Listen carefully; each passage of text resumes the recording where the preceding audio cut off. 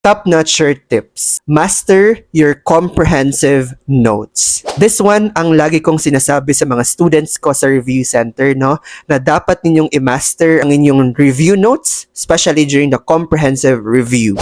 Bakit? Kasi yun po ang magsisilbi ninyong foundation sa lahat ng mga questions na ibabato sa inyo ng examiner. So kung ano pa man yung mga question na yan, bago man yan or directly lifted sa BR, no?